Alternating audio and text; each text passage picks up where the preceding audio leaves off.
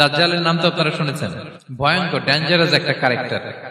পৃথিবীর শুরু থেকে শেষ পর্যন্ত এর চেয়ে বড় ফিতনা আসেনি, আসবেও না। দাজ্জালের ফিতনা, সে তার এক চোখ থাকবে, আরেক চোখ এরকম বন্ধ থাকবে, এখানে লেখা থাকবে কাফারা। কোনোভাবেই তাকে দমানো যাবে না, হত্যা করা যাবে না। আল্লাহ নবী ঈসা আলাইহিস সালাম তাকে হত্যা করবেন। তো যে ব্যক্তি সূরা কাহাফ তেলাওয়াত করবে, সূরা কাহাফের প্রথম 10 আয়াত বিশেষ করে মুখস্থ রাখবে, আল্লাহ তাআলা উসিমা মিন ফিতনাতিদ দাজ্জাল, দাজ্জালের ফিতনা থেকে তাকে বাঁচাবেন। দাজ্জাল আমাদেরকে যে সমস্ত জিনিস দিয়ে ফিতনায় ফেলবে, ওই ফিতনাগুলোর সলিউশন আল্লাহ তাআলা সূরা কাহাফের ভিতরে রেখে দিয়েছেন। দাজ্জাল 4টা জিনিস দিয়ে আমাদেরকে ফিতনায় ফেলবে। ট্রায়াল অফ ফেথ, 1 নাম্বার ঈমানের পরীক্ষা, সে আমাদেরকে ফেলবে, আমাদের বিশ্বাস নিয়ে ছিনিমিনি খেলবে সে। এটার সলিউশন আছে সূরা কাহাফ, আমি বলবো আস্তে আস্তে।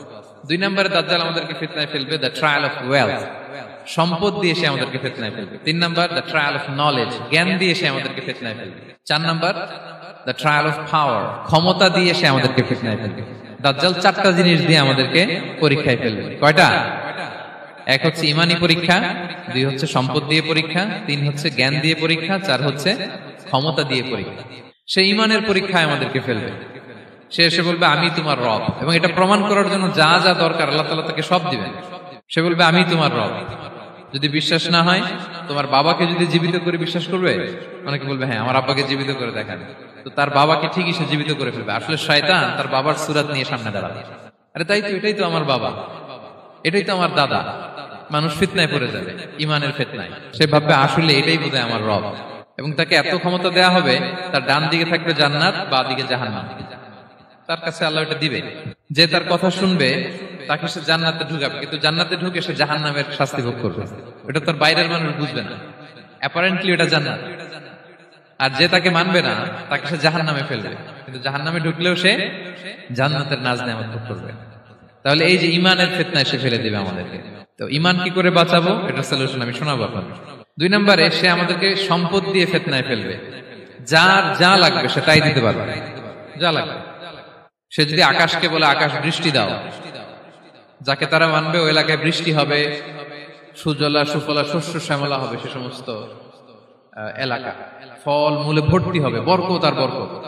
আর যে এলাকার লোকেরা, জনপদের লোকেরা তাকে মানবে না, সে বলবে ওখানে বৃষ্টি হবে না, হবেও না, ওখানে খরা, দুর্ভিক্ষ, মাটি ফেটে চলছে, মানুষ না খেয়ে মরবে, মহামারী, দুর্ভিক্ষ দেখা যাবে। তখন বিশ্ববাসী মনে করবে এটাই বোধহয় আমাদের রব। তার মানে সম্পদ দিয়ে ফিতনায় ফেলে দিবে। 3 নম্বর হচ্ছে নলেজ, তার জ্ঞানের কাছে গোটা বিশ্ব হার মানবে। পূর্বের পরের যত জ্ঞান আছে সব আল্লাহ তাকে দিবে। ইলমুল আউয়ালিন ওয়াল আখিরিন, এমন কোন প্রশ্ন নেই যেটা দিয়ে তাকে আটকানো যায়। যাই জিজ্ঞেস করবেন সব জানতা, সব বলে দেয়। ভবিষ্যৎবাণী বলে দিবে, বলবে আগামীকাল ওইখানে অমুক দেশে বোমা বিস্ফোরণ হবে, হবে ওইখানে, ওখানে দুর্ভিক্ষ হবে, হবে ভূমিকম্প হবে, হবে। সে যা বলবে তাই হবে। তার জ্ঞানের এই বহর দেখে মানুষ ফিতনায় পড়ে যাবে। ক্ষমতা, তার ক্ষমতার সামনে সবকিছু একেবারে ছিন্ন বিচ্ছিন্ন হয়ে যাবে, এত ক্ষমতা হবে তার। সে যেমনটি বলবে তেমনটি করতে হবে। বাতাসের চেয়ে দ্রুত বেগে সে এক দেশ থেকে আরেক দেশে চলে যাবে। তো তার এই সমস্ত অলৌকিক ক্ষমতা দেখে মানুষ ফিতনায় পড়ে যাবে। এবং এই ফিতনা, এই পরীক্ষার মুহূর্তগুলোতে মানুষ কিভাবে নিজেকে ধরে রাখবে তার সলিউশন আল্লাহ তাআলা সূরা কাহফে দিয়েছেন। এই 4টা ফিতনা থেকে বাঁচার জন্য আল্লাহ সূরা কাহফে 4টা ঘটনা উল্লেখ করেছেন। আপনারা অনেকে দেখে থাকবেন যে সূরা কাহফের মধ্যে একটা শব্দ আছে ওয়ালিয়াতালাত্তাফ। যারা কোরআন পড়েছেন দেখে থাকবেন, না দেখলে আজকে বাসায় যে দেখবেন, একটা শব্দ আছে ওয়ালিয়াতালাত্তাফ। দেখবেন কোরআনের মধ্যে এই শব্দটা বোল্ড করা, মোটা কালি দিয়ে লেখা, bold. This is the middle of the holy Quran. এটা কোরআনের একেবারে মাঝখানে এই শব্দটা। এর আগে যত আয়াত তার পরে ঠিক তত আয়াত। সুবহানাল্লাহি বিহামদিহি। This is the middle of the holy Quran, এবং এটা সূরা কাহফের মধ্যে আছে ওয়ালিয়াতালাত্তাফ শব্দটা আপনারা দেখবেন। এবং এই সূরাটা নবুয়তির 5ম বৎসরে নাজিল হয়েছিল, আবিসিনিয়াতে হিজরতের পূর্বে। তখন সাহাবীদের উপর, নমুসলিম সাহাবাদের উপর কঠিন অত্যাচার চলতেছিল, ভয়ঙ্কর ধরনের অত্যাচার। তো এই সূরাটা নাজিল করে আল্লাহ তাআলা ওনাদেরকে সান্ত্বনা দিলেন এবং বুঝাতে চাইলেন এই অত্যাচার, এই জুলুমের শিকার শুধু তোমরাই হচ্ছ না, এর আগেও হয়েছে অনেকে। 7 জন যুবক ছিল রোমান সাম্রাজ্যে, তারা তাদের ঈমান বাঁচানোর জন্য এরকম কষ্টের শিকার হয়েছিল, এবং তারা যে স্বপ্ন দেখেছিল সেই স্বপ্ন আল্লাহ তাআলা বাস্তবায়ন করেছেন। তো এই ঘটনাগুলো শুনিয়ে বেসিক্যালি মক্কার যে নও-মুসলিম সাহাবারা, তাদেরকে আল্লাহ তাআলা সান্ত্বনা দিচ্ছিলেন যে ফ্রাস্ট্রেটেড হওয়ার কিছু নেই। ওয়ালা তাহিনু ওয়ালা তাহজানু ওয়া আনতুমুল আ'লাউনা ইন কুনতুম মুমিনিন। হতাশ হবে না, চিন্তিত হবে না, বিজয় তোমাদেরই হবে যদি তোমরা মুমিন হও, যদি তোমরা বিশ্বাসী হও, তোমাদের ঈমানের দাবিতে যদি তোমরা সত্যবাদী হও। এই সূরাটা নাজিলের একটা প্রেক্ষাপট আছে। মক্কার কুরাইশরা কোনোভাবেই যখন রাসূল সাল্লাল্লাহু আলাইহি ওয়াসাল্লামকে দমাতে পারছিল না, তখন তারা প্ল্যান করলো যে আমরা মদিনাতে যে মদিনার ইহুদিদের কাছ থেকে কিছু জেনে আসি। কারণ মক্কাবাসীদের নবী, রাসূল, ওহী, আখিরাত এগুলোর ব্যাপারে কোনো ধারণা ছিল না। তো ফলে তারা কুরাইশরা নজর ইবনে হারিস এবং উকবা ইবনে আবি মুঈত এই দুইজনকে পাঠালো, তোমরা মদিনায় যাও, মদিনায় ইহুদিরা থাকে, ইহুদিদের কাছে তাওরাত নাজিল হয়েছিল, they have idea regarding prophets and আখিরাত, আখিরাত কি, নবী কি, এগুলোর আইডিয়া তাদের আছে। তো তাদের দুইজনকে পাঠালো যে তোমরা যে তাদের জিজ্ঞেস করো যে আমাদের জ্ঞাতি ভাইদের মধ্যে থেকে একজন তো নবী দাবি করে, সে কি আসলে নবী কিনা, আমরা কিভাবে বুঝবো? তো যেই চিন্তা সেই কাজ, তারা গেল মদিনাতে, মক্কা থেকে মদিনায়, যে খুলে বললো যে আমাদেরই এক ছেলে, আমাদেরই এক লোক বয়স 40 হওয়ার পর থেকে বলে আমি নবী, আমার কাছে ওহী আসে, আল্লাহ আমার কাছে বাণী পাঠায়, আর তিনি আমাকে বাণী বাহক করে পাঠিয়েছেন তোমাদের কাছে। এটা আসলে সত্য কিনা, আমরা একটু কনফিউশনে আছি। তো ইহুদিরা বলল তোমরা যে তাকে 3টি প্রশ্ন করবে, যদি উত্তর দিতে পারে বুঝবে সত্য নবী। 1 নম্বরে জিজ্ঞেস করবে যে মুহাম্মদ বলো তো আসহাবে কাহাফ কারা, আসহাবে কাহাফ সম্পর্কে তোমরা কি জানো? মানে গুহাবাসী 7 জন যুবক এই গুহার ভিতরে আশ্রয় নিয়েছিল ঈমান বাঁচানোর জন্য। মুহাম্মদ তুমি যদি সত্য নবী হও বলো এই ঘটনাটা কি। 2 নম্বরে তাকে জিজ্ঞেস করবে জুলকারনাইন বাদশা সম্পর্কে কি জানে, সে কিছু জানে কিনা।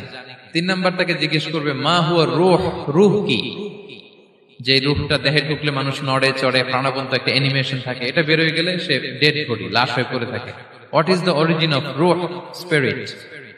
এই 3টা প্রশ্নের উত্তর যদি জানে তাহলে আসলে সে সত্য নবী।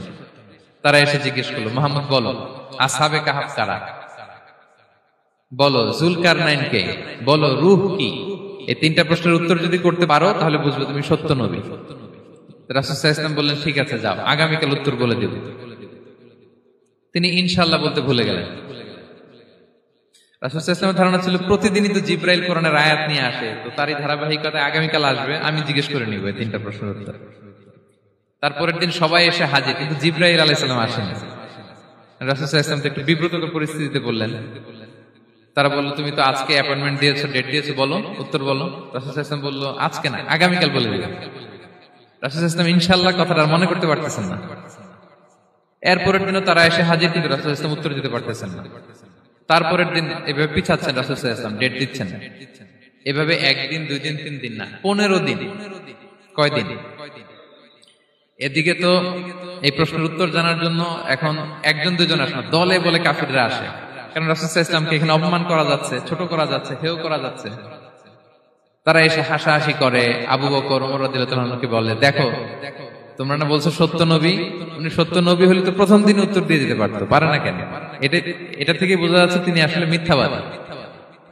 15 দিন রাসূল সাল্লাল্লাহু আলাইহি ওয়াসাল্লামের জন্য এত বিব্রতকর পরিস্থিতি আর ছিল না। 15 দিন পর আল্লাহ তাআলা আয়াত নাযিল করলেন ওয়ালা তাকুলান্না বিশাইইন ইন্নী ফাইলুন যালিকা গাদা ইল্লা আইয়াশা আল্লাহ। অর্থাৎ হে নবী, ভবিষ্যতের কোনো কাজে যখন ওয়াদা দিবেন, কমিটমেন্ট করবেন, আপনি আইয়াশা আল্লাহ মানে ইনশাআল্লাহ বলা ছাড়া কখনো দিবেন না।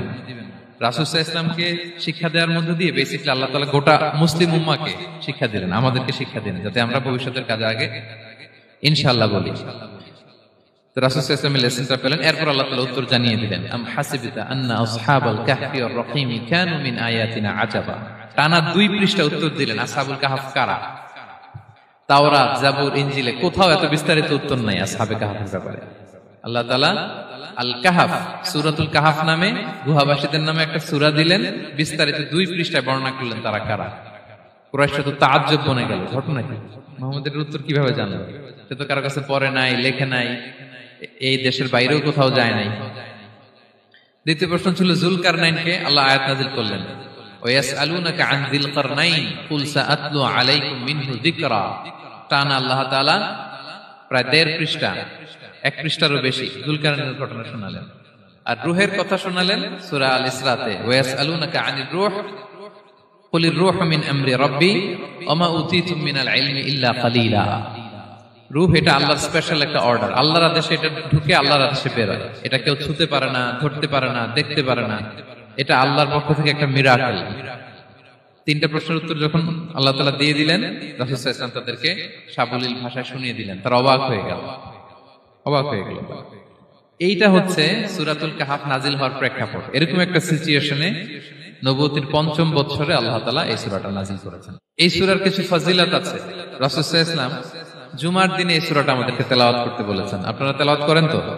সূরা কাহাফ যদি জেনে না থাকেন আজকে থেকে করবেন। রাসূল সাল্লাল্লাহু আলাইহি ওয়াসাল্লাম বলেছেন যে জুমার দিনে যে এই সূরা কাহাফ তেলাওয়াত করবে, মান ক্বারা সূরাতাল কাহফি ফি ইয়াউমিল জুমআতি আযা লাহু মিনান নূরি মা বাইনাল জুমআতাইন। দুই জুমার মাঝখানে আল্লাহ তাআলা এই জুমার সময়টাকে তার জন্য আলোকিত করে দেয়।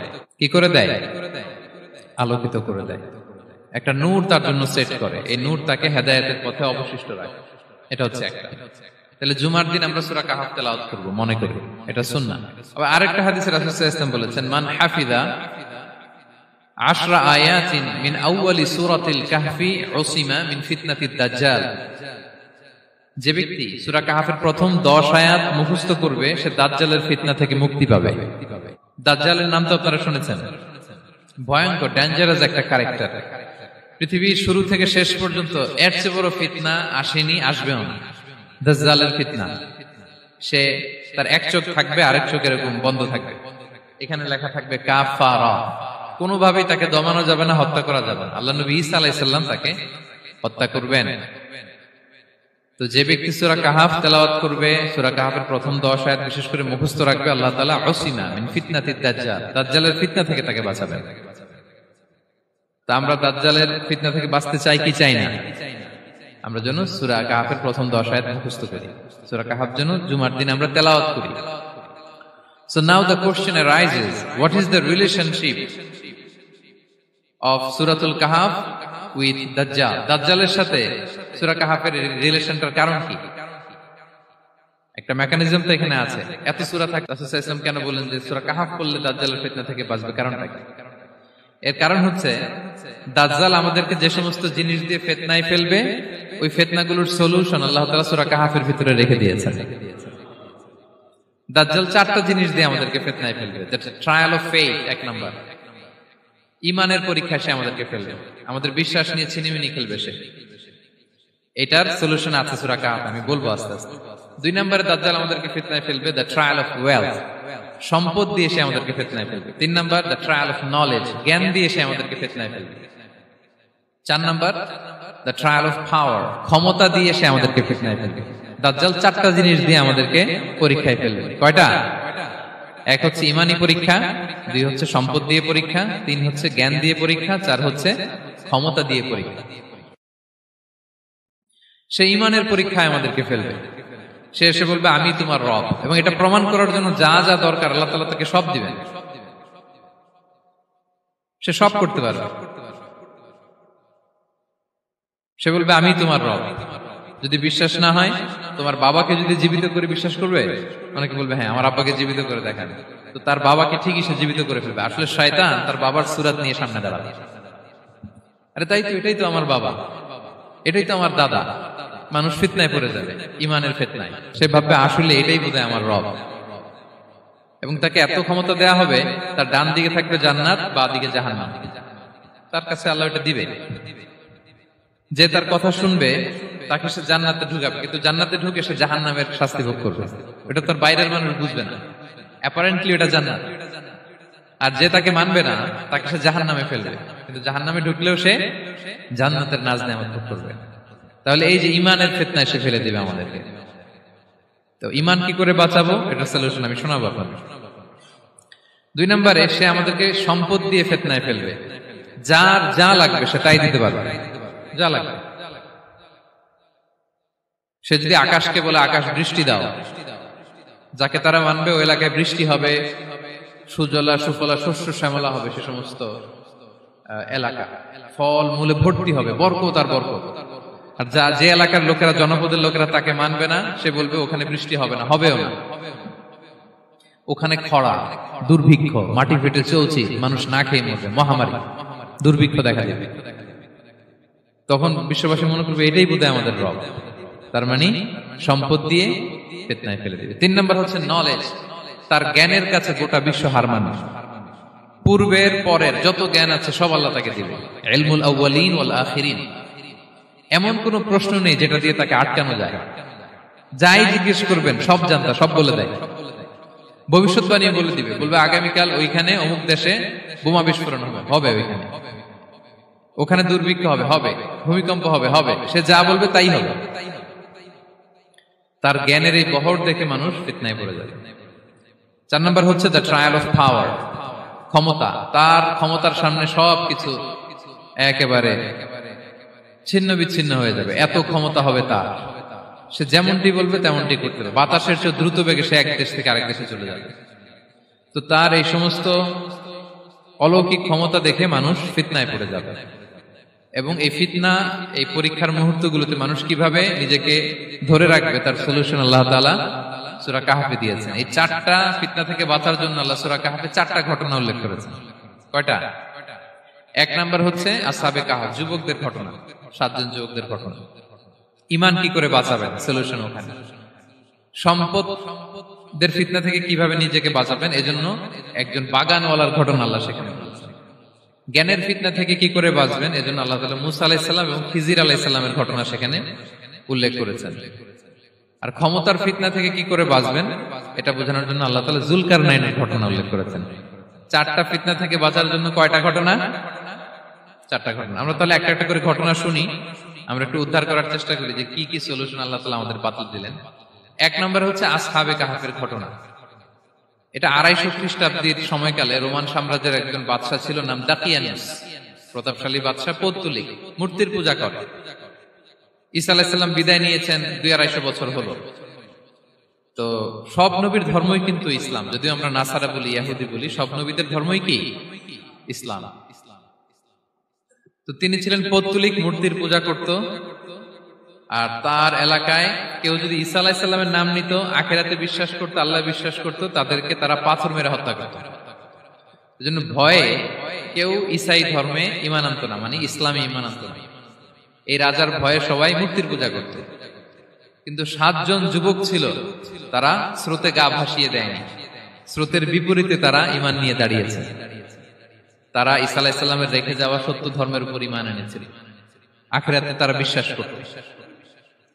তো এই 7 জন যুবকের কথা ছড়াতে ছড়াতে রাজা দাকিয়ানুসের কাছে চলে যায়। উনি তো রেগে মেগে আগুন ডেকে পাঠালো 7 জনকে। তো তাদেরকে জিজ্ঞেস করলো, তোমরা কাকে মানো? বলতেছে এক আল্লাহকে মানি। সাহসী, খুবই সাহসী। বলতেছে তুমি কি জানো তোমরা কার সামনে কথা বলতেছো? আমি তো তোমাদেরকে মৃত্যুদণ্ড দিতে পারি। তারা বলে দেন, কিন্তু আমরা সব বিসর্জন দিলেও ঈমান বিসর্জন দিতে পারবো না। সুবহানাল্লাহ।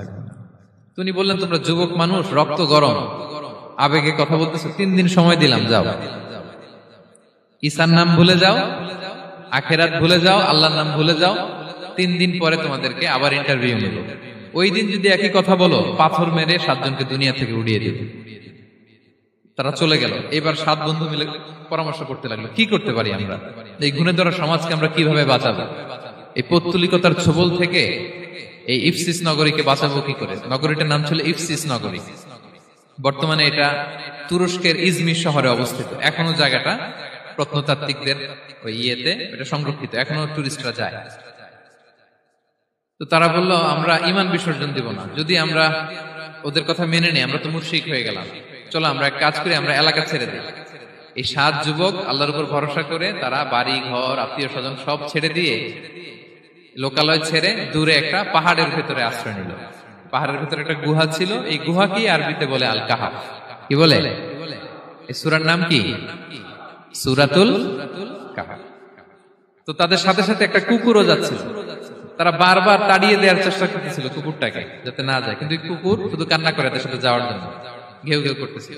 এই কুকুরটাকেও সাথে নিল। ভালো মানুষদের সাথে থাকলে কি হয় দেখেন, এই কুকুরের কথা, যেহেতু 7 জন ইমানদারের সাথে একটা কুকুর ছিল, এই কুকুরের কথা আল্লাহ সূরাতুল কাহাফে উল্লেখ করে দিয়েছেন। ওয়া কালবুহুম বাসিতুন যিরাআইহি বিল ওয়াসি। তো তারা ভিতরে গেল, যে প্রচন্ড ক্লান্ত, তারা ঘুমিয়ে পড়ল। কি করলো? এই এক ঘুমে আল্লাহ 309 বছর কাটায় দিলেন। কয়শো 9 বছর? 9 বছর ঘুম, সব ঘুম, প্রচন্ড ঘুম, ঘুম যেন আর কাটে না। 309 বছর পরে এরা জাগলো, এখন খুব ক্ষুধা, ঘুমে আর মোর ভাঙতেছে, আর একজন জিজ্ঞেস করতেছে কি লম্বা সময় ঘুম দিলাম বোধহয় আমরা। একজন বলতেছে হ্যাঁ মনে সারাদিনই ঘুমাইছি আমরা, আরেকজন বলতেছে না না সারাদিন না, দিনের কিছু অংশ হয়তো ঘুমাইছি। আসলে কয় বছর ঘুমাইছে? 309 বছর। তো এদিকে সভ্যতার তো চেঞ্জ, এখানে ওই দাকিয়ানুস মরে, এর ছেলে মরে, এর নাতি মরে, পুতি মরে, এখন 6ষ্ঠ নম্বর রাজা আসছে। প্রজন্মের পর প্রজন্ম তো শেষ। 309 বছরে কমপক্ষে 4-5টা জেনারেশন চেঞ্জ হবে। তো জেনারেশন চেঞ্জ হয়ে, এলাকা চেঞ্জ হয়ে, তারা যে স্বপ্ন দেখেছিল এই ইফসিস নগরীতে কালিমার পতাকা উঠবে, তাদের স্বপ্ন আল্লাহ বাস্তবায়ন করেছেন। 309 বছরের ব্যবধানে এই এলাকার সবাই মুসলিম হয়ে গেছে। আল্লাহ চাইছিলেন ওদেরকে দেখাবে এটা, ওদের স্বপ্নটা যে বাস্তবায়ন হয়েছে এটা দেখাবে। তো ঘুম থেকে উঠছে, একজনকে তারা বললো যে লুকায় লুকায় চাদর মুড়ি দিয়ে কিছু রুটি নিয়ে আসো বাজার থেকে, যাতে তোমাকে না চিনে। চাদর মুড়ি দিয়ে যাও। কিছু পয়সা ছিল, মুদ্রা দিয়ে দিছে। তো সে যে যখন দোকানদারের কাছ থেকে রুটি নিয়েছে আর মুদ্রা দিছে, দোকানদার বলে এই মুদ্রা কোথা থেকে আসলো? 309 বছর আগে মালয়েশিয়াতে রিঙ্গিট ছিল কিনা জানি না, যেভাবে ওরা ট্রানজাকশন করতে পারে যেটা ছিল, ওইটা যদি এখন কেউ দেয় রাজধানী বিলাসে খাবার পাওয়া যাবে? হ্যাঁ। তো রুটিওয়ালা বলে তুমি বর্তমান সময়ের মুদ্রা দাও, এটা দিচ্ছ কেন? বলতেছে এটা তো বর্তমান সময়ের মুদ্রা। বলতেছে এই যে মুদ্রার মধ্যে দেখো কোন সালের সিল দেওয়া, এটা তো শত শত বছর আগে। বলতেছে কি বলে শত বছর আগে? আমি তো আজকে সকালেই বাজার করলাম, ওই বাজার করে যে টাকাগুলো ছিল ওইটাই তো পকেটে। বলতেছে বলে কি? নিশ্চয়ই তুমি গুপ্তধনের সন্ধান পেয়েছো, হিডেন ট্রেজার। বলো, মানে তার সাথে এদের কথাবার্তা কিছু মিলতেছে না। পরে তাকে ধরে ওই সময়কার রাজার কাছে নিয়ে গেছে। ওই রাজা আবার মুসলিম, সবাই মুসলিম তখন। সে যা বলে এরাও কেউ বিশ্বাস করে না, এরাও যা বলে এও বিশ্বাস করে না। আর এলাকা এর বাড়িঘর আসবে কোত্থেকে? এর নাতি পুতি যা আছে 5-6 পুরুষ তো মরে সবাই কবরে। তখন তার কথা শুনে সবাই অবাক। তো এটা মিলানোর জন্য তারা 309 বছর আগের দাকিয়ানুস বাদশার সরকারি যে নথিপত্র, ওই পুরাতন ছিঁড়া নথিপত্র তারা বের করলো। বের করে দেখে ঠিকই দাকিয়ানুস নামে এক বাদশা ছিল, আর অনেক শত শত বছর আগে মোস্ট ওয়ান্টেড 7 জন যুবক ছিল, যাদের ব্যাপারে এক্সিকিউশনের অর্ডার ছিল। এখন দেখে তারা অবাক। লম্বা ঘটনা আমি শর্ট করে বলতেছি। পরে সবাই মিলে তাকে সহ ওই গুহায় গেল। গুহায় যাওয়ার পরে সে বাকিদেরকে ডাকতে গুহার ভিতরে ঢুকলো। আল্লাহ তাআলা 7 জনকে ওইখানে মৃত্যু দিয়ে দিলেন। চিরকালের জন্য এই 7 জন ঘুমায় পড়লো। আর এলাকাবাসী রাজা সহ এখানে তারা একটা মসজিদ নির্মাণ করলো। This is the story of আসহাবে কাহাফ। তো এলাকাবাসী যদিও মুসলিম হয়েছিল, কিন্তু আখিরাতের ব্যাপারে তাদের একটা সন্দেহ ছিল যে আসলে মানুষ মরার পরে কি আবার জীবিত হবে? মৃত্যুবরণ করার পরে আবার মানুষ জীবিত হবে? তাদের মনের মধ্যে একটা সন্দেহ ছিল যে আসলে মারা গেলে মানুষ আবার উঠতে পারে। তাদের এই সন্দেহ দূর করার জন্য আল্লাহ তাআলা এই 7 জনকে 309 বছর ঘুম পাড়িয়ে আবার জীবিত করলেন। সুবহানাল্লাহ বিহামদিহি। তাহলে ঈমান কিভাবে বাঁচাতে হয় এটার প্রেরণা আমরা এই 7 যুবকের কাছ থেকে পাই। এখানে যেটা আমরা শিখি প্রিয় ভাইরা, 1 নম্বর লেসন হচ্ছে আমাদের গুড কোম্পানি লাগবে, রাইটাস পিপল, মানে আমাদের সার্কেলটা ভালো হইতে হবে। তাদের 7 জনের সার্কেলটা খুব ভালো ছিল, ফলে তারা বিপথে যায় নাই এবং তারা এমন শক্ত সিদ্ধান্ত নিয়েছে যে আল্লাহ তাআলা সেটাতে বরকত দিয়েছেন, গোটা সমাজকে আল্লাহ তাআলা চেঞ্জ করে দিয়েছেন। এটা হচ্ছে 1 নম্বর লেসন। আপনি ঈমান বাঁচাতে হলে আপনার সার্কেল ভালো লাগবে। খুঁজবেন যে এলাকায় যাবেন ওখানে নামাজি সার্কেল কারা আছে, ওখানে জ্ঞানী গুণী সার্কেল কারা আছে, ওখানে ভালো কাজ করতে চায়, একে অপরকে সহযোগিতা করে, কল্যাণের পথের যাত্রী কারা আছে খুঁজতে হবে আপনাকে। খুঁজে ওই সার্কেলে আপনি যুক্ত হবে, তাইলে ঈমান বাঁচানো যাবে। ক্লিয়ার? 2 নাম্বার হচ্ছে conflict between believers and disbelievers it's universal. সত্য মিথ্যার লড়াই এটা চিরন্তন, আজীবন থাকবে। এটা ওনাদেরও ছিল, এখনো আমাদের লড়াই করে যেতে হচ্ছে, আমাদের ভবিষ্যৎ প্রজন্মও করবে। এই লড়াইটা আমরা করে যেতে চাই। কি বলেন? হ্যাঁ, থামা যাবে না? আমরা থামতে আসিনি, আমরা এই লড়াইটা করে যাব। আমরা সত্যের কথা বলেই যাব ইনশাআল্লাহ। বলেন। 3 নাম্বার হচ্ছে যে লেসনটা আমরা পাই, অনেকগুলো লেসন, আমি খুব প্রেসাইজলি বলতেছি। যুবকরা চাইলে একটা সমাজকে পাল্টে দিতে পারে। এই পৃথিবীতে যত বড় বড় বিপ্লব হয়েছে এগুলো যুবকরা এনেছে। তারা হচ্ছে সভ্যতা গড়ার কারিগর। আসহাবে কাহাফ আমাদের এই সময়ের নওজওয়ানদের জন্য প্রেরণা। তারা আমাদের জন্য প্রেরণার বাতিঘর। তারা যেমনি ইমানকে রক্ষা করেছে, আমাদের যুবকরা চাইলেও তাদের ইমানি চেতনাতে স্পিরিট দিয়ে সমাজটাকে পাল্টে দিতে পারে। কি বলেন? এখানে বেশিরভাগই তো যুবক। হ্যাঁ, গুড সার্কেলে থাকবেন তো আপনারা? সত্যের পক্ষে সবাই থাকবেন তো? আল্লাহ তাআলা কবুল করুন। আচ্ছা, এবার দ্বিতীয় নাম্বার ছিল সম্পদের ফিতনা, কিভাবে বাঁচবেন। আসহাবে কাহফের পরে সূরা কাহফে আল্লাহ তাআলা একজন বাগানওয়ালার ঘটনা বলেছে। দুজন বন্ধু, একজন একটু গরিব, সে বিশ্বাসী, আরেকজন ধনী, সে অবিশ্বাসী। তাকে আল্লাহ তাআলা বিশাল বড় খেজুরের বাগান আর আঙ্গুরের বাগান দিয়েছেন, বিশাল বড়, অনেক বড় বিজনেস ম্যাগনেট। তো এই সম্পদের অহংকার সে করত। সে প্রায় তার গরিব বন্ধুকে বলতো যে তোর চেয়ে আমার সম্পদও বেশি, সন্তানও বেশি, জনবল বেশি, লোকবল বেশি, অর্থবল বেশি, সব বেশি। অহংকারে তার পা মাটিতে পড়তো না। আর সে আখিরাতে অবিশ্বাস করত এবং সে বলতো যে এই সম্পদ আমারে বাঁচাবে, চিরকাল আমাকে স্মরণীয় করে রাখবে, এই সম্পদ কোনোদিন যাবে না। অনেক বড় বড় ধনীরা আছে, তারা এরকম মনে করে যে আমি এত বড় সিআইপি, হ্যাঁ, আমি এত বড় বিজনেস ম্যাগনেট, এই দিন বোধহয় আর চেঞ্জ হতে পারে না, আমার আজীবনই বোধহয় এত পাওয়ার থাকবে, এত সম্পদ থাকবে। এটা ভুল ধারণা। এটা কি ভুল ধারণা? এই যে তুরস্কে দুর্ভিক্ষ হইল না, আপনারা দেখছেন না যে অনেক সম্পদের মালিক বাড়ি ঘর ভেঙে রাস্তার ফকির। এখন ওই যে ডিফিউজিদের জন্য যে খাবার আসছে, ওখানে লাইনে দাঁড়াইছে, কারণ এখন লাইনে না দাঁড়ালে খাবারও তো মিলবে না। 1000 কোটি টাকার মালিক ছিল, ভেঙে চুরে সব শেষ। এখন রিলিফের নেওয়ার জন্য দুস্থদের কাতারে ওখানে দাঁড়াইছে, কারণ দাঁড়াইলেই কিছু খাবার পাওয়া যাবে, খিচুড়ি পাওয়া যাবে, তা না হলে তো খাবারটাও মিলবে না। এই যে বঙ্গবাজারে আগুন লাগলো আমাদের বাংলাদেশে, 20টা-25টা দোকান ছিল অনেকের যাদের অন্যান্য বিজনেস আছে তারা হয়তো সার্ভাইভ করতে পারতেছে, কিন্তু এমন অনেক ব্যবসায়ী ছিল সব শেষ, জ্বলে পুড়ে, তার টাকা পয়সা পুঁজি স্বপ্ন সব শেষ। তো ধনীকে গরিব বানাতে আল্লাহর 1 সেকেন্ডও লাগে না। ওই বিশাল প্রাসাদ থেকে টেনে ভাঙ্গা থালা হাতে দিয়ে রাস্তায় নামাইতে আল্লাহর কয় সেকেন্ড লাগে বলেন তো?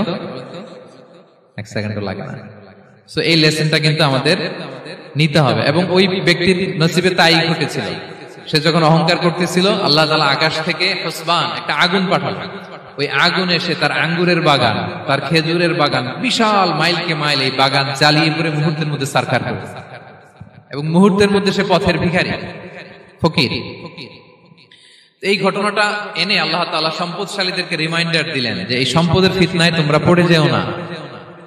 আমরা সম্পদশালী হলে বাস্তবতা অনেক সময় ভুলে যাই।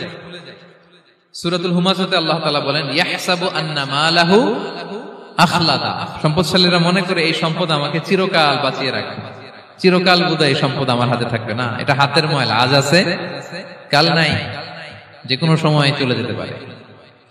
এটা হচ্ছে ম্যাটেরিয়ালিস্টিক আউটলুক, বস্তুবাদী চিন্তা থেকে এই আমাদের ধনী ভাইদের এই সমস্যাটা হয়। ভোগবাদী চিন্তার প্রভাব আর কি। সম্পদ যখন হাতে থাকে ধরাকে সরাজ্ঞান করে, মনে করে যে সবই আমার কন্ট্রোলে। না, আপনারে ওই গরিবের কাতারে আনতে, ওই রিলিফের সম্পদ নেয়ার জন্য ওই লাইনে দাঁড় করাইতে আল্লাহর 1 সেকেন্ডও লাগে না। এটা খেয়াল রাখতে হবে। আমরা যখন প্রাইভেট কারে চড়ি, মাঝে মাঝে অনেকে এসে হাত পাতে, এদেরকে ছোট করা যাবে না। গল্পটা আল্লাহ ভিন্ন করতে আল্লাহর 1 সেকেন্ডও লাগে না। ওইদিকে আমি দাঁড়ায় হাত পাততাম আর উনি প্রাইভেট কারে বসে থাকতো। আল্লাহ চাইলে এরকম করতে পারতেন না?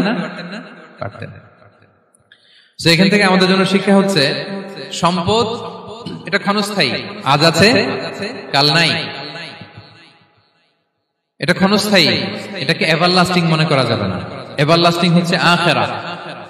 ওয়ালাল আখিরাতু খায়রুল লাকা মিনাল উলা। আখিরাত তোমার জন্য দুনিয়ার চেয়ে শ্রেষ্ঠ। এবং আল্লাহ তাআলা দৃষ্টান্ত একটা দিয়েছেন যে দুনিয়ার জীবনটা হচ্ছে কামা, ওই পানির মতো যেটা আনজালনাহু মিনাস সামা, আকাশ থেকে নাজিল করেছি। ওই পানি ক্ষেতের মধ্যে পড়ে ফসল, ফুল ফসল হয়েছে। এরপরে যখন ফসল কাটা হয়, ওই ক্ষেত খামার এগুলো তৃণলতা হয়ে যায়, ভুসির মতো হয়ে যায়। তখন বাতাসের ঝাপটায় একবার এদিকে যায়, একবার ওদিকে যায়। অনেক লম্বা উপমা, আমি সংক্ষেপে বললাম। তো শেষ আউটপুটটা হচ্ছে এটা, সম্পদ এটা মুহূর্তেই চলে যেতে পারে। সম্পদ উপার্জন জায়েজ আছে, মুসলিমরা সম্পদ উপার্জন করতে পারবে, কোনো অসুবিধা নাই। আপনি যদি ধনী হন এটা ভালো, ফলে আপনি যাকাত দিতে পারবেন, অসহায় দুস্থদের সহায়তা করতে পারবেন, কন্ট্রিবিউট করতে পারবেন। আপনি সম্পদ হাতের মুঠোয় নেবেন, কন্ট্রোল করবেন, কিন্তু এই দিকে স্থান দিবেন না। দ্যাটস ইট, তাহলেই হবে। আমরা সম্পদ কি করতে পারবো? উপার্জন করতে পারবো, কিন্তু হৃদয়ে স্থান দিতে পারবো না। হৃদয়ে স্থান থাকবে আখিরাতে। এই মাইন্ডসেট যদি আপনি গড়ে তোলেন তাহলে সম্পদের ফিতনা আপনি কখনো পড়বেন না। এই পয়েন্টটা কি ক্লিয়ার সবার? ক্লিয়ার। 3 নাম্বার ফিতনা ছিল কিসের ফিতনা দেখি কে বলতে পারে? প্রথমটা হচ্ছে বিশ্বাস বা ঈমানের ফিতনা, 2 নাম্বার হচ্ছে সম্পদের ফিতনা, 3 নাম্বার জ্ঞানের ফিতনা। জ্ঞানেরও কিন্তু ইলমেরও একটা গরম আছে, যার ইলম আছে তার মধ্যে এই সমস্যাটা কাজ করে। সেটার জন্য আল্লাহ তাআলা মুসা আলাইহিস সালাম খিজির আলাইহিস সালামের ঘটনা বলেন। আমি খুব সংক্ষেপে বলবো, সময় কম। মুসা আলাইহিস সালাম হচ্ছে বনি ইসরাইলের নবী, আর খিজির আলাইহিস সালাম কেউ বলেছেন নবী, কেউ বলেছেন আল্লাহর ওলি। আসলে আরবিতে উনার নাম খদির, আমরা বাংলায় বলি খিজির। খদির মানে সবুজ। উনি যে কোনো জায়গায় বসলে ওখানে মরা গাছ লতা পাতা এগুলো সবুজ হয়ে যেত, অনুর্বর এলাকার উপর দিয়ে হেঁটে গেলে ওটা উর্বর হয়ে যেত।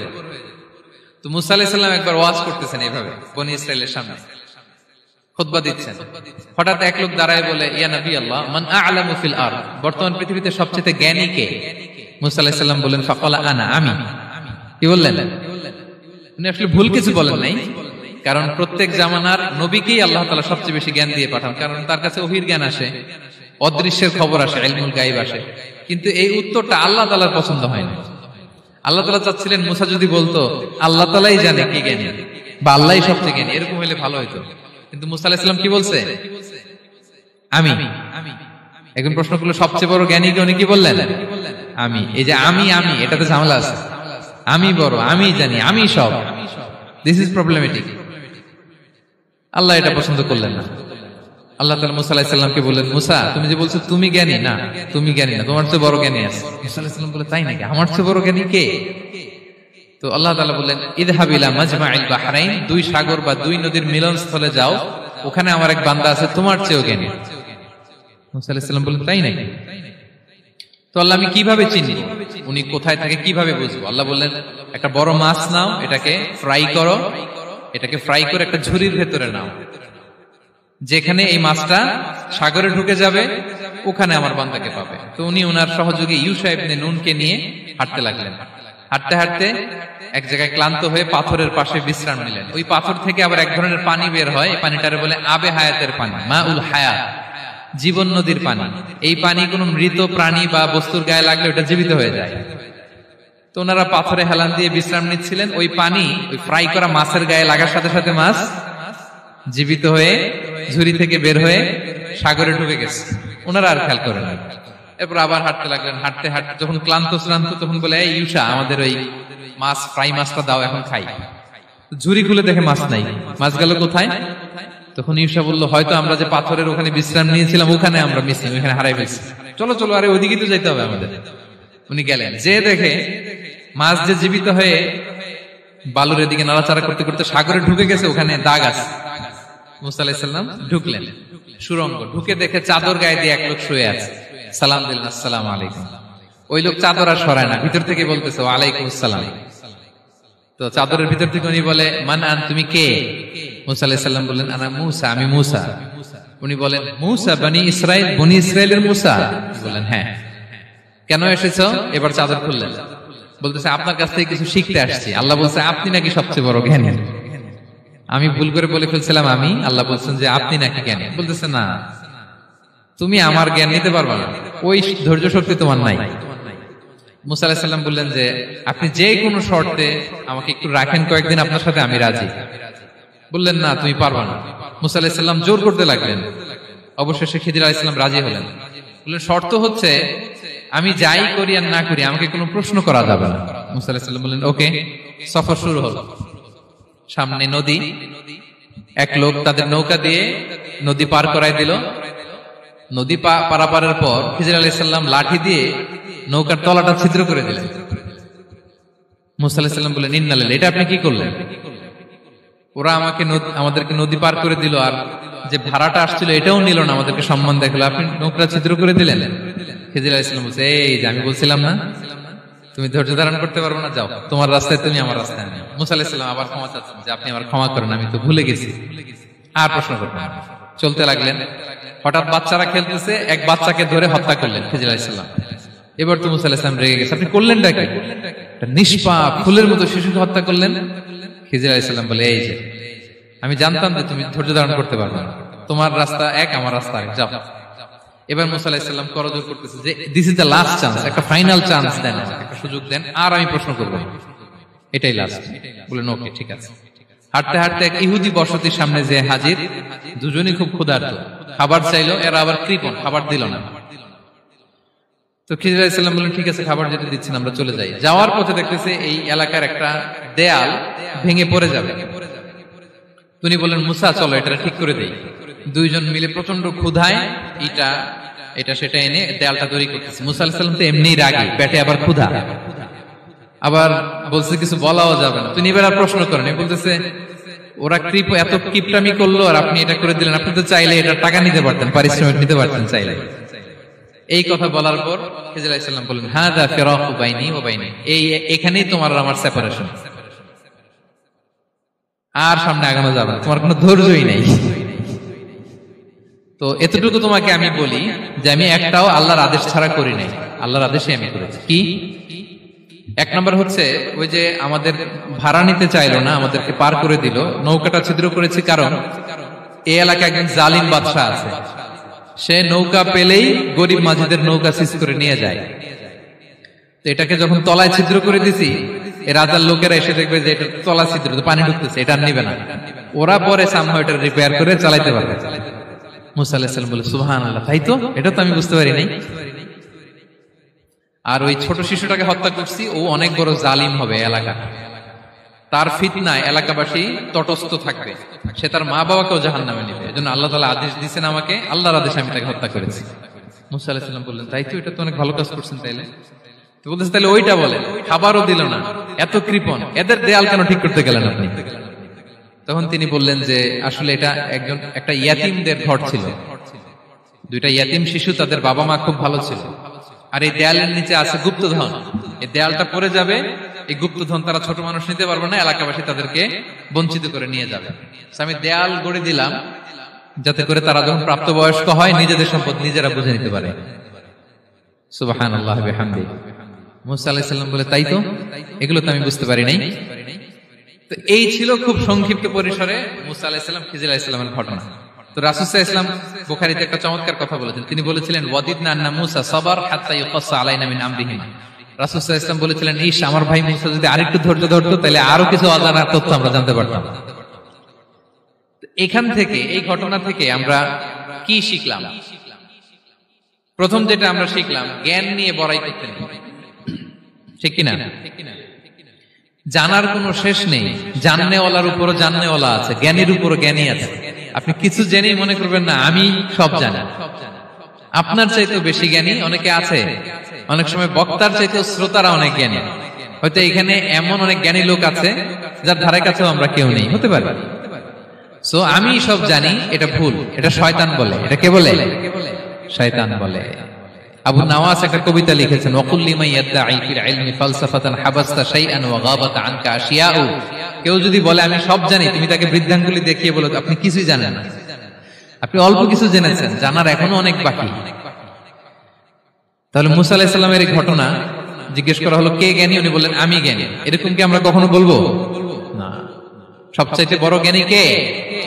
ওয়া ফাওকা কুল্লি যী ইলমিন আলিম। সবচাইতে বড় জ্ঞানী আল্লাহ তাআলা। সো জ্ঞান নিয়ে আমরা অহংকার করব না। দুই নম্বর যে শিক্ষাটা আমরা পাই, ওই যে নৌকা দিয়ে পারাপার হচ্ছিল, তখন একটা চড়ুই পাখি এসে সাগরের মধ্যে মুখ দিয়েছিল। তো খিজির আলাইহিস সালাম বললেন মুসা, তুমি কি চড়ুই পাখিটা দেখতে পাচ্ছ? হ্যাঁ দেখতে পাচ্ছি। চড়ুই পাখিটা যে সাগরে মুখ দিলে দেখতে পাচ্ছ? হ্যাঁ দেখতে পাচ্ছি। তখন খিজির আলাইহিস সালাম বললেন চড়ুই পাখিটা সাগরে মুখ দিয়ে পানি খাওয়ার পরে চড়ুই পাখির ঠোঁটে বা চঞ্চুতে যতটুকু পানি লেগে আছে, এই পানিটা হচ্ছে তোমার, আমার এবং মহাবিশ্বের আমাদের সকলের জ্ঞান। আর এই মহাসাগরের সকল পানি হচ্ছে আল্লাহ তাআলার জ্ঞান। আল্লাহ তাআলা বলেছেন ওমা উতিতু মিনাল ইলমি ইল্লা কালিলা, আমি তোমাদেরকে একেবারে অল্প জ্ঞান দিয়েছি, একেবারে অল্প। এই রহস্যে ঘেরা এই মহাবিশ্বের অনেক কিছুই আমাদের অজানা। প্রিয় ভাইরা, আমরা অনেক কিছু জানি না, আমাদের এই লিমিটেড নলেজে এগুলো ধরে না, তারপর আমরা জ্ঞানের বড়াই করি। আপনারা উপমাটা বুঝতে পারছেন? একটা নৌকা থেকে চড়ুই পাখি ঠোঁট দিয়ে পানি খাচ্ছে, পানি খাওয়ার পরে স্বভাবতই চড়ুই পাখির ঠোঁটে একটু পানি তো লাগবে। খিজির বললেন যে এই পানিটা হচ্ছে তোমার, আমার, পৃথিবীর সবার জ্ঞান, আর এই সাগরের বাকি পানিগুলো কার জ্ঞান? এবার বুঝতে পারছেন আল্লাহ তাআলার জ্ঞানের পরিধি। আমরা জ্ঞান নিয়ে যেন কখনো কি না করি, বড়াই না করি। জ্ঞান দুই ধরনের, একটা বাহ্যিক জ্ঞান, একটা অন্তর্নিহিত জ্ঞান। External knowledge, internal knowledge. আমরা যখন কোরআন হাদিস পড়ি আমাদের বাহ্যিক জ্ঞান অর্জন হয়। কোরআন হাদিস পড়লেই আপনি জ্ঞানী হয়ে যান। এটা কোরআন হাদিস পড়তে হয়, এটা ডাইজেস্ট করতে হয়, এটার উপর আমল করতে হয়। এই জ্ঞান অর্জন শেষে এরপরে আল্লাহর প্রিয় বান্দাদেরকে আল্লাহ অন্তরে ইলমের নূর দেন, ইলহাম দেন। That is the knowledge, that is the pure knowledge. আপনি হাফেজে কোরআন হয়ে ভাবেন না আপনি সব জানেন, আপনি বুখারী মুখস্থ করে ভাবেন না সব জানেন। এই সব জ্ঞান অর্জন করার পরে ইলমের নূর হাসিল হয়, সেটা আল্লাহ সবারে দেয় না। সো এই অন্তর্নিহিত জ্ঞান, দূরদৃষ্টি, farsightedness, that is the pure knowledge. এটার জন্য বছরের পর বছর, যুগের পর যুগ সাধনা করতে হয়। সেটার জন্য এই জ্ঞান অর্জনের জন্য তিনটা জিনিস করতে হয় ইলমের নূর অর্জনের জন্য। কয়টা? এক হচ্ছে বিনয়, দুই হচ্ছে সফর, তিন হচ্ছে সবর। আবার বলি, এক হচ্ছে বিনয়, দুই হচ্ছে সফর, তিন হচ্ছে সবর। আল্লাহ তাআলা আল্লাহর নবীকে তাওরাত দেওয়ার পরেও আরো ট্রেনিং সেশন করাইছেন খিজির আলাইহিস সালামের কাছে। যাও, ওনার কাছে গেলে তুমি ছোট হবা, নত হবা। জ্ঞান যদি আমি নিতে চাই আমাকে ছোট হইতে হবে। ধরেন একটা গ্লাস থেকে একটা খালি গ্লাসে পানি ঢালবো, তো যেটাতে নেওয়া হবে এটা উপরে থাকলে হবে? যেই গ্লাসটার মধ্যে পানি আছে এটা উপরে থাকবে, ওইটা ব্ল্যাঙ্ক গ্লাসের মধ্যে পড়বে। আপনি নলেজ, ইলম নিতে চাইলে আপনাকে নিচে থাকতে হবে, উনি উপরে থাকবেন। আপনার শায়েখ আপনাকে দিবে, আপনার উস্তাদ আপনাকে দিবে, আপনার মুর্শিদ আপনাকে দিবে। বুঝতে পেরেছেন? তাহলে আমাদেরকে হাম্বলনেস লাগবে। শিখতে হইলে হাম্বল হইতে হয়, বিনয়ী হইতে হয়। আচ্ছা, দুই নাম্বার সফর করতে হয়। এটা আল্লাহ মুসা আলাইহিস সালামকে দিয়ে করাইছেন, যাও পিছে পিছে উস্তাদের পিছে পিছে ঘুরো। তো এজন্য সফর করতে হয়। এখন ঘরে বসে অনেক কিছু জানা গেল, উস্তাদের সান্নিধ্য লাগে, সফর করতে হয়। আমাদের ক্লাসিক আলেমরা হাদিস কালেকশনের জন্য শহরকে শহর সফর করতেন। এখনো আমাদের আলেমরা দেওবন্দে যায়, মিশরে যায়, মদিনায় যায়। এখানকার মালয়েশিয়ান স্টুডেন্টরাও দেশে বিদেশে যে নলেজ অর্জন করে। সফর আপনাকে লাগবে। তাহলে বিনয়, সফর, তিন নম্বরে কি? সবর। ধৈর্যশীল হইতে হবে। দেখেন মুসা আলাইহিস সালাম বারবার প্রশ্ন করে ফেলতেছেন, বারবার ওয়াদা ভঙ্গ করতেছেন। এরকম করলে হবে না, ধৈর্য লাগবে। ধৈর্যের বলে বলিয়ান হলে তখনই আপনার মধ্যে ইলম আসবে। তাহলে জ্ঞানের ফিতনায় পড়ার আর আমাদের কোনো সম্ভাবনা আছে? আমরা বিনয়ী হব, আমরা জ্ঞান আল্লাহর দিকে ফিরাই দেব। আমরা বলবো উনি সবচেয়ে ভালো জানেন। পারা যাবে তো ইনশাআল্লাহ? আচ্ছা, আমি একেবারে শেষ পর্যায়ে চলে আসছি, 2 মিনিটের মধ্যে শেষ করে দিচ্ছি। 3 নাম্বার ছিল কিসের ফিতনা? 4 নাম্বার ক্ষমতার ফিতনা। এই ফিতনা থেকে বাঁচার জন্য সর্বশেষ আল্লাহ তাআলা যুলকারনাইনের ঘটনা বলেছেন। অনেক বড় বাদশা ছিলেন। পৃথিবীতে 4 জন বাদশা গোটা বিশ্ব শাসন করেছেন। 2 জন কাফির, 2 জন মুমিন। কাফির একজন হচ্ছে নমরুদ, যিনি ইব্রাহিম আলাইহিস সালামকে আগুনে ফেলেছিলেন। আরেকজন হচ্ছে বখতে নাসার, যাকে ইংরেজিতে বলে নেবুচারনেজার দ্য সেকেন্ড, দ্বিতীয় নেবুচারনেজার। তারা কোনো নির্দিষ্ট এরিয়ার বাউন্ডারির বাদশা না, গোটা বিশ্বের বাদশা ছিলেন। এই 2 জন কাফির। আর 2 জন বাদশা ছিলেন গোটা বিশ্বকে শাসন করেছেন, তারা ছিলেন মুমিন। একজন হচ্ছে সুলাইমান আলাইহিস সালাম, আল্লাহর নবী। আরেকজন হচ্ছে যুলকারনাইন, গোটা বিশ্ব শাসন করেছেন, প্রাচ্য থেকে পাশ্চাত্য সব জায়গায় তিনি গিয়েছেন, ইসলামের বাণী প্রচার করেছেন, জালিমদেরকে শায়েস্তা করেছেন। তো এরকম দিক বিদিক তিনি জয় করতেছিলেন। অনেকে যুলকারনাইনকে আলেকজান্ডার দ্য গ্রেটের সাথে গুলিয়ে ফেলে না। ম্যাসিডোনিয়াতে যে আলেকজান্ডার দ্য গ্রেট ছিল, উনি আর যুলকারনাইন এক নন। যুলকারনাইন হচ্ছে আল্লাহ তাআলার প্রিয় একজন বান্দা, অনেক বড় সাহসী বীর পুরুষ ছিলেন, গোটা বিশ্বে ইসলাম প্রচার করেছেন। করতে করতে করতে করতে অনেক বড় ঘটনা। আমি সব শেষের ঘটনাটা বলি। উনি জর্জিয়া, বর্তমান যে জর্জিয়ার তিবলিসি এরিয়া, এখানে এসে একটা এলাকার সন্ধান পেলেন, যারা ওনাকে এসে বলল যে এখানে একটা জঙ্গলি গ্রুপ আছে যাদের নাম ইয়াজুজ মাজুজ, তারা এসে আমাদের উপর হামলা করে। হে যুলকারনাইন, আমরা আপনাকে ট্যাক্স কালেক্ট করে দিচ্ছি, আপনি তাদের মাঝে আর আমাদের মাঝে একটা প্রাচীর তৈরি করে দেন। আপনারা ইয়াজুজ মাজুজের নাম শুনেছেন না? ইংরেজিতে বলে গগ ম্যাগগ। নূহ আলাইহিস সালামের 4 সন্তান ছিল, হাম, সাম, ইয়াফাস, কানাআন। এই ইয়াফাসের বংশধর হচ্ছে ইয়াজুজ মাজুজ, জঙ্গলি, হাজার হাজার শুধু বংশ বিস্তার করে। তারা এসে লোকালয়ে মানুষের উপর আক্রমণ করে, তাদের গবাদি পশু এগুলো ছিনিয়ে নেয়, ফলমূল খেয়ে ফেলে। তো যুলকারনাইন বাদশার কাছে যখন বিচার দেওয়া হলো, উনি বললেন ঠিক আছে, তোমাদের ট্যাক্স দেয়া লাগবে না, তোমরা শারীরিক পরিশ্রম করে আমাকে সাহায্য করো। তো উনি বর্তমানে হচ্ছে এক পাশে কৃষ্ণ সাগর, ব্ল্যাক সি, আরেকদিকে কাস্পিয়ান হ্রদ বা কাস্পিয়ান সাগর, এর মাঝখানে 1200 কিলোমিটার লম্বা মাউন্টেন রেঞ্জ, পাহাড়ি এরিয়া, আপনারা গুগলে দেখবেন। এইখানে দুই পাহাড়ের মাঝখানে ফাঁকা জায়গায় তিনি বড় বড় লোহার পাত প্রথিত করলেন, গেড়ে দিলেন। এরপরে তামা, সীসা গালিয়ে বিশাল একটা ওয়াল তৈরি করলেন। এটা জুলকারনাইন উনার বানানো ওয়াল বা ড্যাম, প্রাচীর। এখন আর ইয়াজুজ মাজুজ আসতে পারে না, ওরা আর আসতে পারে না। ওরা প্রতিদিন এটা ভাঙার চেষ্টা করে, কিন্তু ভাঙতে ভাঙতে আরেকটু ভাঙলেই ভেঙে যাবে। ওরা বলে আগামীকাল ভেঙে ফেলবে, ইনশাল্লাহ বলতে ভুলে যায়। এজন্য এরপরের দিন এসে দেখে আবার এটা আগের মতো হয়ে আসছে। কিয়ামতের আগ দিয়ে ওদের মধ্যে এই ইনশাআল্লাহর প্রেরণা আসবে। তাদের একজন বলে উঠবে আগামীকাল ইনশাআল্লাহ আমরা এটা ভেঙে খান খান করে দেব, ঠিকই ভেঙে ফেলবে। তখন তারা ভেঙে চুরে কুটি কুটি ইয়াজুজ মাজুজের দল এসে হামলে পড়বে। সামনে পড়বে তাবারিয়া সাগর, একদল এসে তাবারিয়া সাগর এমন ভাবে খাবে, এই দল যাওয়ার পরে আরেক দল এসে এখানে যে সাগরে যে পানি ছিল এটা কল্পনাই করতে পারবে না। তারা পৃথিবীতে ফিতনা ফাসাদ করবে। ঈসা আলাইহিস সালাম তখন আসবেন, দোয়া করবে আল্লাহ তাআলার কাছে মুমিনরা, একটা মহামারী দিবে আল্লাহ তাআলা ইয়াজুজ মাজুজের মধ্যে, ওরা মরে যাবে সব। এরপর বিশাল এক পাখি এসে তাদেরকে আল্লাহর মর্জি মাফিক এমন এক জায়গায় ফেলে আসবে, কেউ জানবে না। তো তারা যে পচে গলে মাটির সাথে মিশেছিল, এই গলিত লাশ থেকে মাটি খুব উর্বর হয়ে যাবে। এরপর আল্লাহ তাআলা পৃথিবীর মধ্যে বারাকা দিবেন, কিছু রোপণ করলে তাড়াতাড়ি ফুলে ফেপে বড় বড় ফলমূল হচ্ছে। তো এটা কিয়ামতের আলামতের অন্য কোন আলোচনায় হয়তো আমরা বলবো। তো জুলকারনাইন তিনি বিশাল এখানে প্রাচীর তৈরি করে দিয়েছিলেন, এবং প্রাচীর তৈরি করে দিয়ে তাদেরকে বলেছিলেন যে যতদিন আল্লাহ তাআলা চাইবেন এটা থাকবে, এবং যেদিন আল্লাহ তাআলার আদেশ আসবে এটা ভেঙে খান খান হয়ে যাবে। তার মানে দেখেন, এত পাওয়ারফুল, এত শক্তিশালী, এত ক্ষমতাধর হওয়ার পরেও তিনি তার ক্ষমতাকে কার দিকে ফিরিয়ে দিয়েছেন? যে আল্লাহ যতদিন চাইবে এই প্রাচীর টিকে থাকবে, যেদিন আল্লাহ তাআলার আদেশ আসবে এই প্রাচীর ভেঙে খান খান হয়ে যাবে। সো আমরা ক্ষমতার দেখা পেলে, চেয়ার একটা পেলে আমরা যেন জালিম হয়ে না উঠি, এটা হচ্ছে এখান থেকে শিক্ষা। আমরা যেন জুলুম না করি। উনি সম্পদের মালিক ছিলেন, ক্ষমতার মালিক ছিলেন, কিন্তু উনি যে আল্লাহর বান্দা এটা ভুলে যান নাই। আমরা যখন ক্ষমতাশীল হই, আমরা যখন প্রধানমন্ত্রী হই, আমরা যখন প্রেসিডেন্ট হই, আমরা যখন পাওয়ারফুল হই, আমাদের সবচেয়ে বড় পরিচয় যে আমরা আব্দুল্লাহ, আল্লাহর গোলাম, এটা আমরা ভুলে যাই। আমাদের আসল পরিচয় কি? আমরা আল্লাহর গোলাম। আমরা যে আল্লাহর গোলাম, এই চিন্তাটা, এই সেন্সটা যদি আমাদের মাথায় থাকে, তাহলে ক্ষমতা আমাদেরকে দাম্ভিক বানাতে পারে না, আর ওই ক্ষমতা আমাদেরকে ফিতনায়ও ফেলবে না। তাহলে সম্মানিত সুধী, দাজ্জাল কয়টা জিনিস দিয়ে আমাদেরকে ফিতনায় ফেলবে? চারটা। দ্য ট্রায়াল অফ ফেইথ, ইমানের পরীক্ষা; দ্য ট্রায়াল অফ ওয়েলথ, সম্পদ দিয়ে পরীক্ষা; দ্য ট্রায়াল অফ নলেজ, জ্ঞানের পরীক্ষা; দ্য ট্রায়াল অফ পাওয়ার, ক্ষমতার পরীক্ষা। আর ইমানের পরীক্ষায় উত্তরণের জন্য আল্লাহ তাআলা আমাদেরকে এই সূরায় আসহাবে কাহফের ঘটনা শুনিয়েছেন, যে 7 জন যুবক তারা তাদের ইমানকে হেফাজত করেছিল।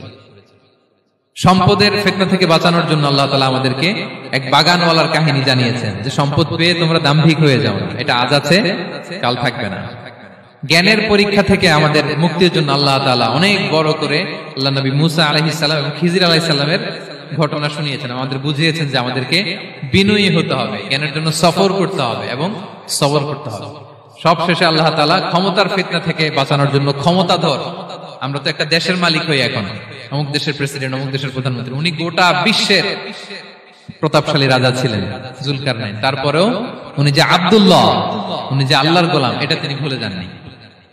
তাহলে এইভাবে যদি আমরা এই ফিতনাগুলো থেকে বাঁচার চেষ্টা করি, তাহলে এই ফিতনা থেকে আমরা বেঁচে থাকতে পারবো, এবং দাজ্জাল যদি এই মুহূর্তেও আসে, সে আমাদেরকে বিভ্রান্ত করতে পারবে না।